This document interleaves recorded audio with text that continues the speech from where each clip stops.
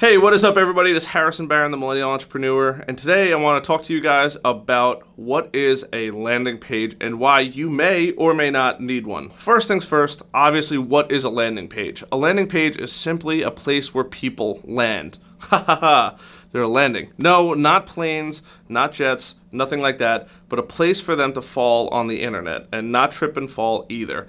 It is a place where you can send and push people to go to fill out contact information. What kind of contact information? Essentially, anything that you're going to need. It doesn't matter if it's contact information, it doesn't matter if it's a request a quote form, but basically anything that you could create a form on for people to go through and fill it out. It's super helpful when you do this because getting people to go to that landing page, the whole goal of it is to not get them confused about what they need to do and what they don't need to do. It should be short, simple, and easy to navigate. Typically, it's one page, usually a couple images, a little bit of text, and forms. Forms are the key to landing pages because ultimately your goal is to collect something. So whatever that might be, your goal is to really collect it. It's not really a big deal on what you're collecting, just ultimately to collect it and to drive people directly to that location on the page.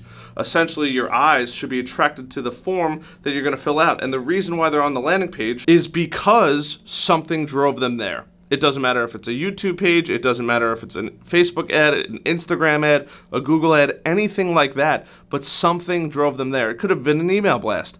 It doesn't really matter, but ultimately your goal is to send that out, put an ad or something like that in front of them, have them click through, and for you to gather some type of information for you and your business. So you're probably saying, I thought that's what a website is for. Well, kind of. A website is typically going to be a lot more robust. A landing page, and I'm going to give you guys an example at the end of this video, is really going to have just one page, maybe 2 pages at most, and it's going to be super simple. A website, on the other hand, is usually significantly more robust. And in this example, I'm going to use a coffee landing page that I built and my company, BarronMediaGroup.com. And I want you guys to see the differences between the two and really understand the in-depthness of both of these websites and to figure out what you may or may not need for either your business, startup, or something like that. So one of the advantages of having a landing page as opposed to a website is typically they're much cheaper. The average going rate for a landing page is somewhere around $1,500. Might be a little more, might be a little less. It also depends on what kind of content the company that's building it has to produce for you. So if it's copywriting, if it's videos, if it's photos, if it's anything of like that they have to build and develop, it may drive the price up a little bit, whereas a website is typically much more expensive, usually 4 or 5 times the price because it's significantly more robust. You're getting so many more pages, you're getting so much more value, and ultimately a website is much easier for Google to find, whether it's you're ranking for keywords, there's a lot of different things. So when your customers go to both things, let's say on a landing page, they know exactly what they're getting, there's no questions asked, and there's not a whole bunch of different services being offered on that landing page. And services could mean anything. It doesn't need to be, a service that they're providing or a good or whatever it is. It could be really anything. A website, on the other hand, is going to be significantly more robust. It's going to have an about us. It's going to tell people about the company, what services are being offered. For this example, it'll be social media and coaching and website development. All of these different things that go into it. A contact page, maybe some clickable buttons throughout the entire thing, a blog or learning center. It's significantly more robust, takes much longer to build, and it's going to constantly evolve and change over time. Both will, but the website is going to have a lot more attention that is needed to, especially rank in Google, where an ad might push somebody to a landing page just to quickly get them there to get their contact information, where a website may be to draw traffic over time and really build that volume that's going to be coming in to convert more customers across a variety of different services that you may offer. For example, Apple has a full-blown website. You can go on there and check out everything under the sun. But there might be a small little tech startup that just has a landing page saying, hey, I want to know about it, or I want information on it. Let me know as time goes on what I can and can't know about these different things. Apple could never get by on a landing page. It's just simply too small. They need to have all those options and things like that to either build out their computers or their AirPods or whatever it may be. It's just tremendously larger, and it's going to be searchable on Google. Ultimately, that's really what it comes down to. So now I want to take you guys through just a little tour of both, now that I've kind of given you guys some ground rules, and at the end of this, I hope that you guys can make an educated decision on what you need. So as you guys could see, right when you get on my website, after about 7 seconds, it loads up saying sign me up. That's for a simple newsletter. You go on, email address, last name, first name, little protection for bots and stuff like that.